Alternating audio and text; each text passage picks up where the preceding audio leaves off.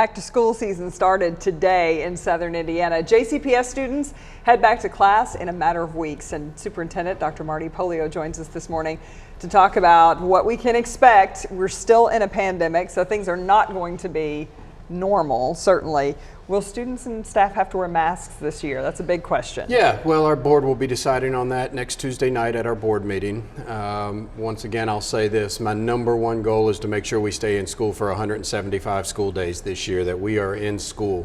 So we're going to take every step we need to take to make sure that we are in school. And like we've always done, we follow guidance that is given to us, and we got some recently by the state. So we're going to take a lot of precautionary steps to make sure we stay in school, but that decision will be made by our board next week. What happens if a student does get COVID-19? Yeah, well, it is the same that we did when we went back to school in March, April, and May with our students. So we're going to be doing testing. Obviously, that requires parent permission.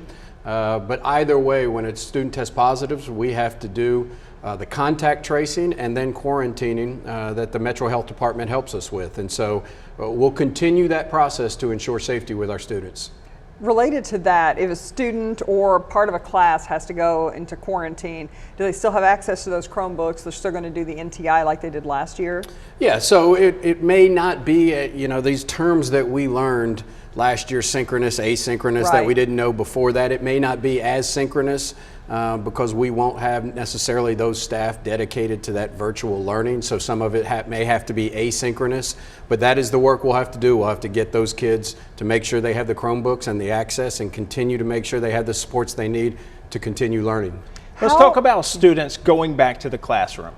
How do you gauge learning loss, and how do you plan to get those students back to where they need to be? Yeah, well, first of all, I want to say, with learning loss, we're really thinking about time more than loss. There is no doubt that, and experiences and relationships. So first of all, when students come back, we want to make sure we re-engage them, make sure that we make sure they know that they're in a safe space, welcome back to school, re-engage them in all the activities that kids love at school. But pretty quickly after that in September, what we give is a measure of academic progress in reading and math 3 times a year. The last time we were able to give that to our students was right before we went into NTI in the pandemic. So that gives us a gauge of where students are, how much they've progressed, where they are on grade level and growth, and then we'll be able to make quick adjustments based on that and begin to provide interventions for students.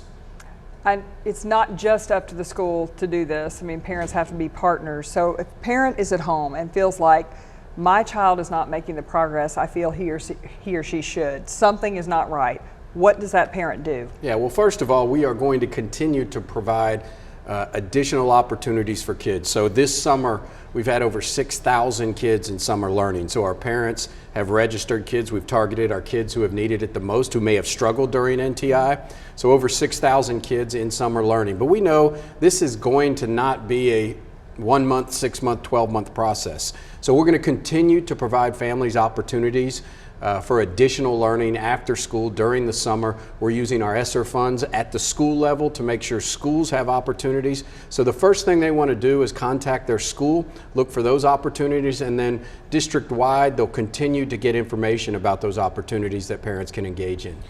Now, students are going back to the classroom full-time. What are schools and what are teachers doing to help them adjust to that process?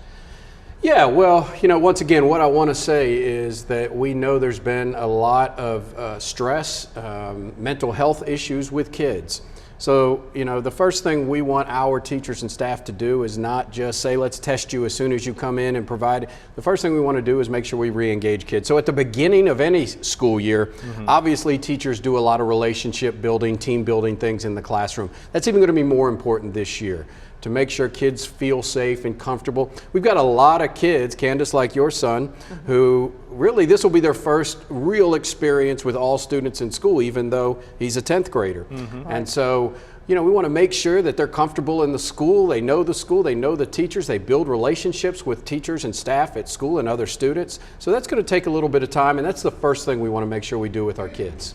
All right, Dr. Pollio, we appreciate your time. I'm sure we'll be chatting Yep. more as we lead up to school and start school, but thank you. Thank you very much. Thank you for making yourself available. Yeah. These are hard conversations to have, especially on live TV. And I'm glad to be the first guest back in the studio. I know, you are. That's right, you are. First Yeah. person to sit up here at the desk. That's right. We appreciate your time, sir. Thank you.